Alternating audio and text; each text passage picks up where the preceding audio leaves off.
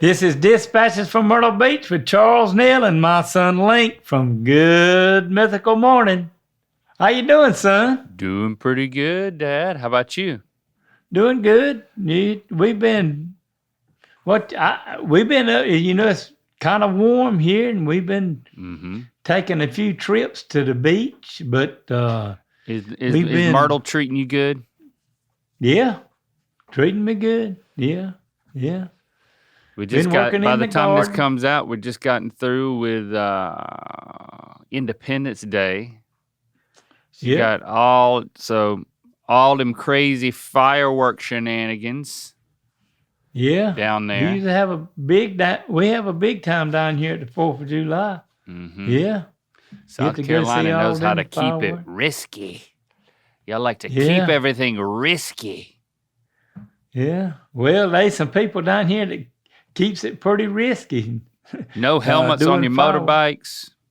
No restrictions at all, as far as I can tell, on fireworks. Well, there's some restrictions, but that you would almost correct that on 4th of July, the police kind of just turn ahead and let you hope that everything works out pretty good. Yep. Does all that. But how's your summer been going, the rest of June? I've been doing good. I'm gearing up towards vacation. I get a little vacation here in July. So as of this recording, I'm just gearing up for that. Are you going to let us know what you're doing? Or are you going to keep it a secret? I think I'm going to go to Ireland for a little bit. You're going to bloody Ireland? Not bloody Ireland.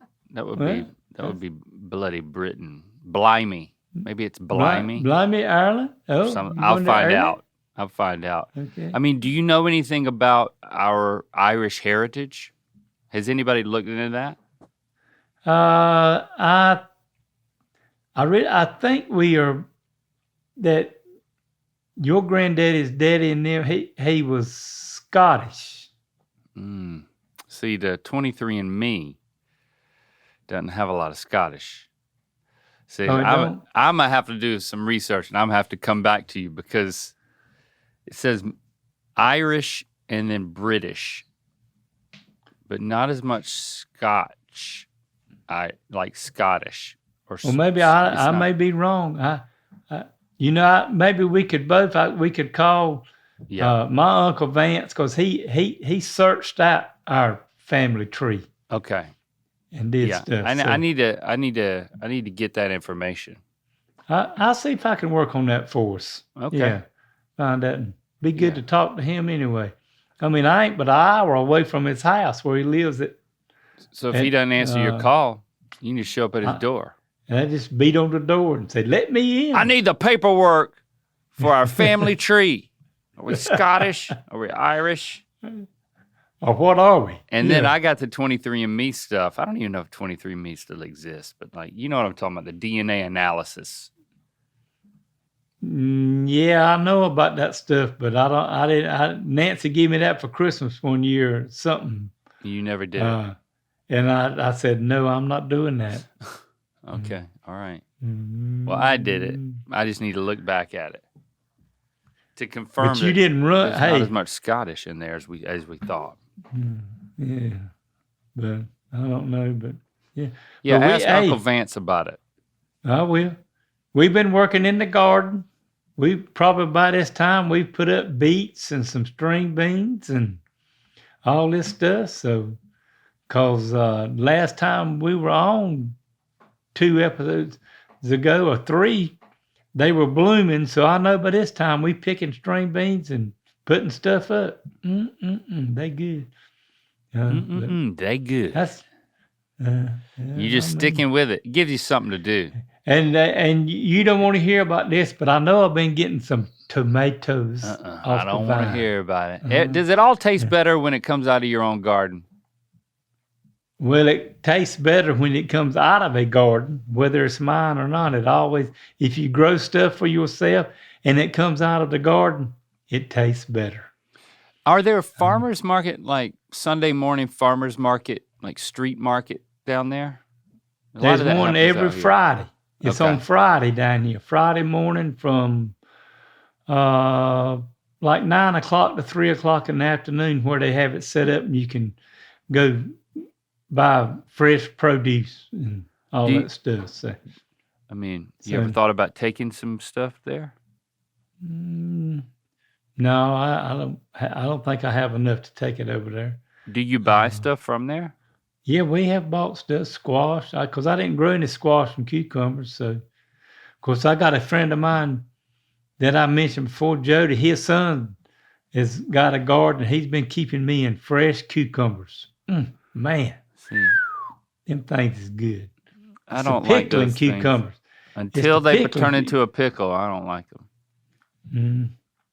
Well, I love them. But, so that's kind of what's been up with me on the, I know this summer and things going on and just to see what we've been doing. And soaking in the sun, getting that vitamin D. Yeah.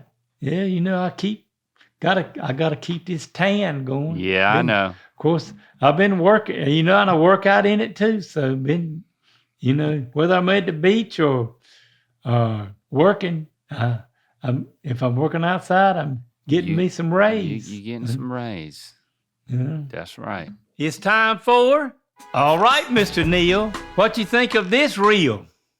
We had 9 people send in the same paint email video.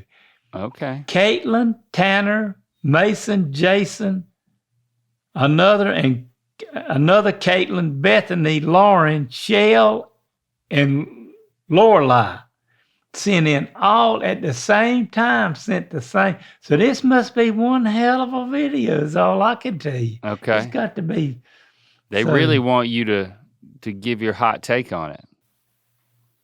I learned this from the internet. So you put your tape all the way down on the roller. And what are they doing? Do you know what he's doing? What? Oh. What? So the taped up that stuff where you don't get, instead of using a drop cloth, and turns it over where the sticky side is still down there and rolls it down and it holds that paper down so when you're painting it don't. This is genius, Dad. Mess it up and get it off the floor. This is a way to apply tape to a long surface just by rolling it. That's brilliant. I think that's pretty smart, but I got a thing where I don't have to have and stick a broom through it, and I just stick the tape on it, and it's got a handle on it about this long, and I can just put that tape, and I can just go right down the floor and tape that piece up too. So, but that's pretty smart. But so you have a specialized taping. I have one that you can buy instead of, and where you have to tape it to a new roller. Paint nap on the roller and get all of that. You just stick it on there and put it down there and tape it right down it. But hey, it's a pretty neat thing. I would have liked to have heard the sound. I think that the sound of the tape would have been very satisfying. There it is. I mean, that's it. It wasn't quite as satisfying of a sound as I thought it was going to be, but that's pretty cool. And the thing that I got on that you put the tape on it, when you get to the end down there, it's got a little cutter on it, and you just cut it off, and it stays on there, and you go do it again. So, well, we might have to get you to make a video of this. If yours is better than that one, you say, I didn't learn this on the internet. I just bought this. Yeah, I mean, you can learn this on the internet when we put it on the internet. Yeah. So I want to see you tape down a long edge of something using your tool, and I want to go head to head with this guy's video that everybody's sending you, and we'll see which one's better. Well, it wasn't a bad idea, but I mean, when you can pretty get cool. this thing and... He's impressed, but he's already got his own solution. Yeah, the way to do it. But, I would say and them things aren't that expensive. I mean, probably. And if you're going to do a lot of painting, it'd be worth purchasing one. So what are you taping down? You're taping down it's paper like a drop cloth. As a drop cloth. It's like a piece of paper. Yeah, to protect the floor. Well, now, the reason I would say, we always use drop cloths. I didn't use the paper, and we didn't have to tape them down. Mm-hmm. And still don't. But when I was working in new construction, and if they already had the new floors down, I didn't do it, but the contractor I was working for would get those pieces of paper, and and what they used to put down was a little thicker, and it was a rosin paper, and then they would lay it down, and they would tape the first one down, and then go down and tape and cover the whole floor up, where people that were still working in there didn't scratch the floors up, and didn't mess them up, or I didn't get no paint on them or anything else. But most of the time we were already through painting, except for doing a little stuff before they had to do that. Because most of the time when you put floors down, but that's he's doing this in an existing room, house that's already been painted, and he's repainting. So it's a pretty good idea. I like that sent everything in. Everybody sent it to you. I like the ingenuity of when you're doing something and you're doing it a lot, rigging up something to make it easier, and then something like there's so many of these painting videos because people always want to find a new way to do it. And typically you're like, listen, there's a classic way to do it. You just need to have skill. But sometimes you're still impressed. You're getting impressed more with the more recent clips. So I will say I Googled the taper, and it's minimum $100 are the ones I'm seeing online.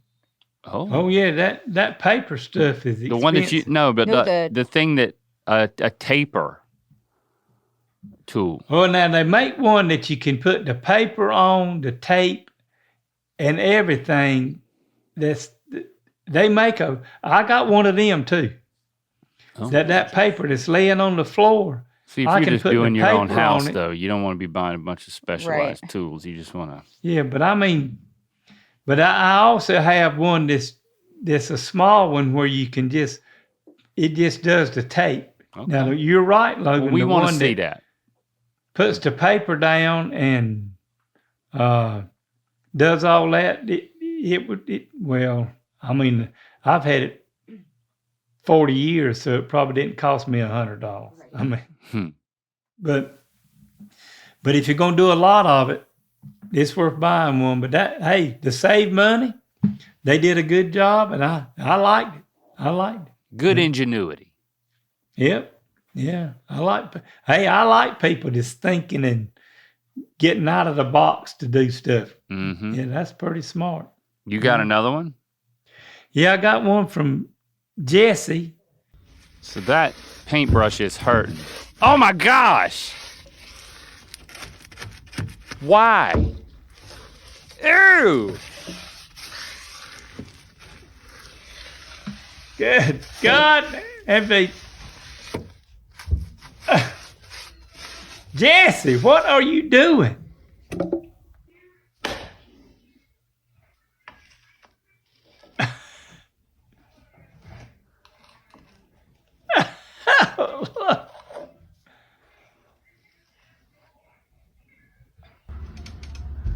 This is some low skill, low effort stuff. Caulking, painting against the light switch.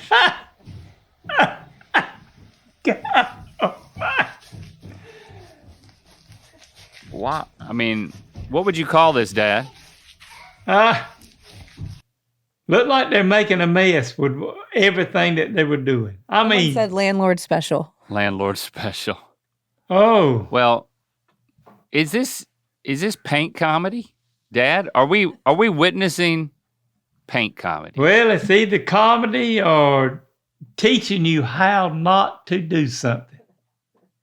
That would be, I mean, that first Incorrect. one with all that paint on there and all that dirt and all that grime and all that stuff, they took something out. And then when they... I mean, the one about the grime, though, I mean, have you ever started painting and then you get to a corner that's a little dirty and you're like, oh, screw it. And you just throw that paint right on. Absolutely not. Because before I start painting, I wipe everything off with a brush and clean it off and wipe it out with a rag, and I get it clean before I start painting. Okay. All right. No exceptions? It don't make no difference. Because I keep an old paintbrush in my back pocket back there. And if I need, I just reach back there and get it out and sweep everything out and get it clean. And it's good to always have a paintbrush in your pocket, an old one. Oh, it's been cleaned, but the bristles ain't that good no more, but it's good for cleaning out them dirty spots like that.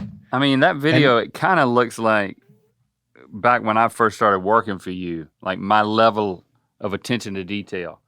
It might have been the type of thing that whoever was doing this technique, this is the kid doesn't want to work for his dad technique. Maybe he'll get fired. I mean, you wouldn't let me get away with that. No. I taught you better than that. Yeah. I was the opposite. I cared too much. I was so meticulous. That's bad right there, but putting up where the hinges was at, oh my God. And then paint next to the light switch haphazardly. Yeah, it hurts your soul a little bit, doesn't it? Yeah, it is. I mean, whether it's for a landlord or whoever it is, I mean, I'd hate to know I had to go back in. I probably wouldn't even go back in and redo it. I'd say, this is too much of a mess. It make me look bad. I can't make it good. So, yep. Well, let's just say it's paint comedy. I think that may be that's a comical video, and send us more paint comedy, because if you can find it, I think Dad needs to see it. Yeah, because I laughed at it. I thought it was funny. Yeah. See, there you go. Tune in every Saturday to get Mythical Weekend, where the fun continues all summer long. Plus, get to know the crew even more over on the Mythical Socials. Summer is here, more sun, more light, more time to do all the things that make summer so special. And the number one thing you don't want to be doing all summer, spending hours cooking inside. That's where Factor comes in. Factor's chef-crafted, dietitian-approved meals are ready in just 2 minutes, taking the hassle out of eating well. Factor meals arrive fresh and ready to eat, perfect for any active lifestyle over summer and beyond. With 45 weekly menu options, you can pick gourmet meals that fit your summer gains and goals. Choose from options like Calorie Smart, Protein Plus, Keto, and more. Okay, all you Myrtle Beasts out there, let me tell you, these Factor meals are wonderful because you can come in and have one fixed and, like they say, and be ready to eat in about 10 minutes, and it's good, and you can order the kind of meals you want to eat and pick from those and just enjoy it. And they got great flavor, and they're delicious, and they're good for you, and they may help make my cholesterol go down. So order some Factor and eat some good meals from them. Get started at factormeals.com/dispatches50 off and use code dispatches50 off to get 50% off plus free shipping on your first box. That's code dispatches50 off at factormeals.com/dispatches50 off for 50% off plus free shipping. factormeals.com/dispatches50 off. Whether you're lounging by the pool, planning a staycation, or finally jetting off on that long-awaited trip, summer is the perfect time to shake things up and maybe even start learning a new language with Rosetta Stone. You can turn your downtime into something seriously rewarding. Rosetta Stone has been the trusted name in language learning for over 30 years. Their immersive, intuitive method helps you naturally absorb the language without relying on English translations, so you start thinking and speaking in your new language from the very beginning. I'm especially impressed by their true accent speech recognition. It gives real-time feedback on your pronunciation so you can sound more natural, more confident. Whether you have 5 minutes or a full hour, Rosetta Stone fits seamlessly into your routine. On desktop or mobile, and with a lifetime membership, you get access to all 25 languages forever. Don't wait. Unlock your language learning potential now. Dispatches from Myrtle Beach listeners can grab Rosetta Stone's lifetime membership for 50% off. That's unlimited access to 25 language courses for life. Visit rosettastone.com/dispatches to get started and claim your 50% off today. Don't miss out. Go to rosettastone.com/dispatches and start learning today. It's time for another edition of Don't Tell Nana. We got another Don't Tell Nana episode. Uh-oh. And we got one from Sarah, and she asked me, she said, have you ever accidentally set fire on something? Set something on fire? Okay. It works both ways, I think. Yeah. Oh, gosh. All right. This is a good question. Have you ever accidentally set something on fire? Or I would like to widen the question to remove the word accidentally. Have you ever said anything? Well, I hope most of the time if you set something on fire, it's accidentally. Oh. Because where you live, y'all dealt with enough stuff with fire. We can't be setting stuff on fire around here. No. So I'm going to not light stuff on fire on purpose. But you're dodging the question, it sounds like, already. Oh, no, I ain't dodging it because the only thing I've actually set on fire was me. What? Okay. All right. Let's hear it. Of course. Because what? You know when you come and visit and I'm cooking in that big pig cooker I've got? Mm-hmm. Well, I was cooking on it and I forgot it. I was cooking chickens for the church. Okay. And the flame went out, but the gas was still on. Oh.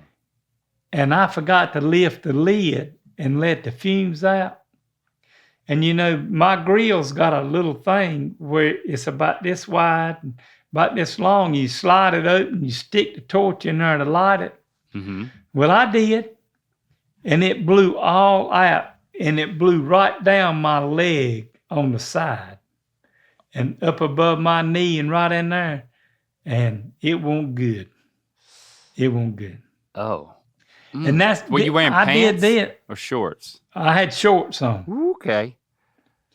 But it still run up my shorts and blowed up and right on my inside of my thigh and on my leg and down it. You burnt your privates? No, it didn't get quite that far up. Oh God. Yeah, that's what I said. But this happened when I was remodeling mine and Alice's house in Goldston, the big old farmhouse up there. Well, the one that ironically eventually burnt down. But yeah, you weren't there for that. Okay. But we were living in a camper, so I went inside in the camper and got in the shower, and this is going to be kind of gross. And when I washed myself off, the meat just fell off my leg. Oh, Dad. So I called my friend Gene Harris, he is no longer living, but he was a paramedic and had some stuff, and he brought me some of that Silverdine cream up there, and he bandaged me up, and we lit the grill back up, and I went right on back to cooking and finished cooking the stuff. And then I said, Gene, I can't take this stuff to the church. You'll have to take it because, boy, I was hurting. I bet. I mean, what? So did you get actual professional care for this? Didn't ever go to the doctor. Nothing. Well, so you don't even And know what listen, degree burn it was? no, it had to be. Gene said it was a 3rd-degree burn. Well, I mean, but he said, I'll take care of you. And he did. And he'd come up there every day for about 3 or 4 days, twice a day, and clean that thing and put it on there. And listen, you seen me. I don't even have a scar on my leg from where it happened. oh. So, Sarah, don't tell Nana. Of course, I think Nana finally found out about this, but We don't need a reminder of it. no, if you, I bet that hurt, boy. Woo! I mean, because when you get burned for several days, there's nothing I you couldn't, can do. It's hard to get relief because it's. cause but after about a week, I got pretty good where I could go back to work at least, but it was a week before I could go back to work. But That's crazy. All right. I caught my face on fire once. Oh. I had to go to work. But I went to a burn unit. How did that happen? Well, I probably should have went to one too, but how did that happen, Logan? It happened right before college. Someone said, "Take this flaming shot," and I said, "Okay." Like a little shot glass? Everclear, yeah. What? And I tried to take it, and I didn't know how to do it. I didn't know you were supposed to do it differently, and so I just started drinking it, and then I don't know how to do it either. the flame, the heat, I reacted to it, so I jumped, and then the alcohol spread, and then the flame spread on half my face. What? Yeah. And then I lied to my parents because I was underage, and I said that I was right over a campfire really close, and then someone put lighter fluid on the fire and then hit my face. But eventually I had to tell them that it was a flaming shot. Oh my God. And what was the treatment for this? I couldn't go out in the sun for the whole summer, and I had a sun hat, and I was bandaged up, and then it healed up. It didn't scar. And there's sometimes the scar comes out in the sun, I can see it, but they were you actually are lucky it was your face because it heals more quickly. Faster. Yeah. Yeah. It's kind of like biting your tongue, and it's the fastest Yeah, exactly. healing part of your body. It was the most painful thing ever. You trying to impress somebody. It hurts. Yeah. And it didn't work. on your face. It didn't work. It actually went the other way. Wow. That's tough. I don't know why you got in the shower. I guess to run some water over it. To get in some cold water because it was burning. I said, this has got to help. This has got to help. And then I had to reach down and pick the meat up and put it in the trash can. Why are you saying the meat? You're talking about the skin? About this long. I mean, it hurt, but had to pick the meat up. But Sarah, that's the only thing I have accidentally set something on fire. But let's move on. I'm not comfortable. It's time for another edition of Myrtle Beach Mailbag. Well, we got an email from Eliza. Okay. And it says, Charles, do you know who Siri is or Alexa? I'd love to hear you audition for their part, and as I'd much rather hear your voice responding to me than those robots. So, yes, Eliza, we have a Alexa, and Nancy's got it in there, and when we take a shower, we can ask it to play this music and everything. So, okay. Let's see. You gonna be Alexa? I can prompt you some questions. Okay. And you can be a little bit of Siri too. For both. Hey Alexa, why is my poop green? Well, your poop is green because you've eaten some green spinach or something with lettuce or something in it, and that's the reason it's green. Or you've taken some green pills that made it turn green. No. Oh, thank you for calling me by name, Alexa. And yet, Yeah. might I add, your voice is very proper and very fancy. I like your fancy voice. But now I want to talk to Siri, and I want it to be the most redneck version of Siri that you can give me. All right? Dad? That'd be like my regular voice then. Okay. It'll even turn it up a few notches, you know? Okay. Hey, Siri, is pneumonia contagious? What the hell you mean is pneumonia contagious? I mean, you know pneumonia is contagious. If you get sick and you got a fever and you ought to be going to the doctor. And what do you mean? Why would you even ask Siri a question? Is pneumonia contagious? I'm sorry. Ask me another question. I'm sorry, Siri. I really didn't think that you were going to ridicule my question. I thought you were just going to answer it. I thought there was no judgment. But it seemed like there was a lot of judgment in that, Siri. Yes, there is a lot of judgment when people are so dumb that they don't know what pneumonia is. Well, I know what it is. I just forget it. Okay, I'm going to talk to Alexa again. Okay. Hey, Alexa, what does it mean if I cut up my spaghetti into small pieces, like for a child, but it's for me?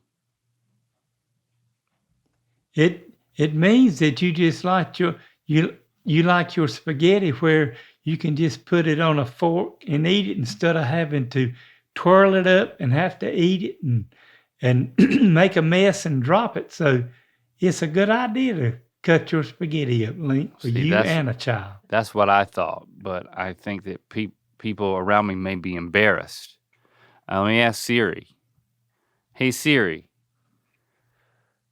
what do you think about me cutting up my spaghetti into small bite-sized pieces instead of rolling the noodles up on my fork? Well, I don't know what in the world. Why would you want to cut your spaghetti up when all you got to do is just roll it up on your fork and just stick it in your mouth and eat it and just eat it like that? You know, why do you need to cut it up? Just roll it up like all normal people and just eat it. Dang, I'm sorry. You think it makes me a little like a baby? Well, I don't know if it makes you like a baby or not. It don't make you like acting like an adult.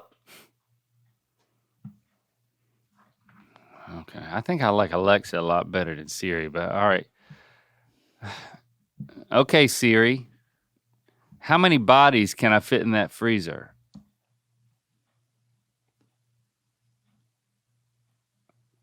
How many bodies can you fit in a freezer? Yeah. I'm gonna be after we get through with me talking to you. I'm gonna be calling the police to see how many bodies you. Hey, Alexa, can you erase Siri's memory? No, I can't erase Siri's memory. I can just erase my own. Don't do that, because you're on my side, and you need to help defend me. By the way, how many bodies can I fit in that freezer? Well, it's according to how big they are and whether they're big adults, if they're men or women, in what size freezer it is. There'll be some. Probably 4. Okay, all right, I can handle that. All right, and finally, Siri, you still there? Yes, I'm here. Well, what are you so upset about? I don't understand. Why the attitude? That's just the way it is with Siri. We just gonna answer your question and go on about our business. Well, you could be a little nicer about it.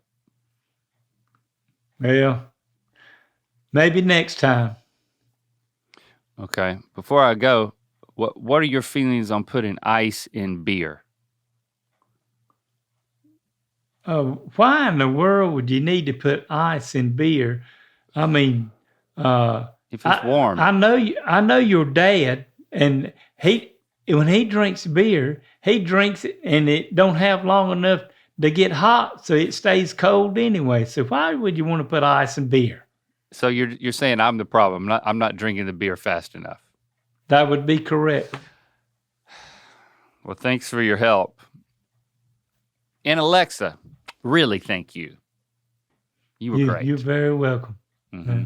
Very, very polite, not stepping on any toes. Alexa's where it's at, apparently.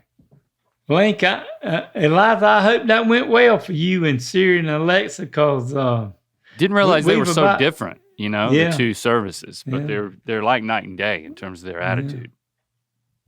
Because, me and Lynx had a good time here again today, and it was fun having all you here with us today, and we'll be back next week for another one.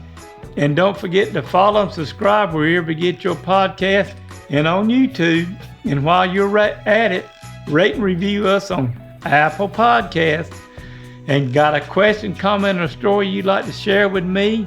Email me at ratherbeshaggin53@aol.com. And y'all have a great rest of the week. And Link, I hope you don't almost set your junk on fire like I did.